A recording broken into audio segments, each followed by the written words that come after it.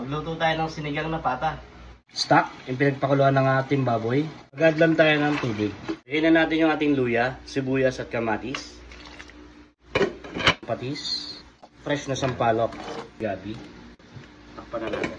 After natin mapakuluan yung ating sampalok, yung bunga ng sampalok, isi-set aside na natin at pipigain na natin. Lagyan na natin yung katas ng sampalok. Ito yung pinagpigaan natin.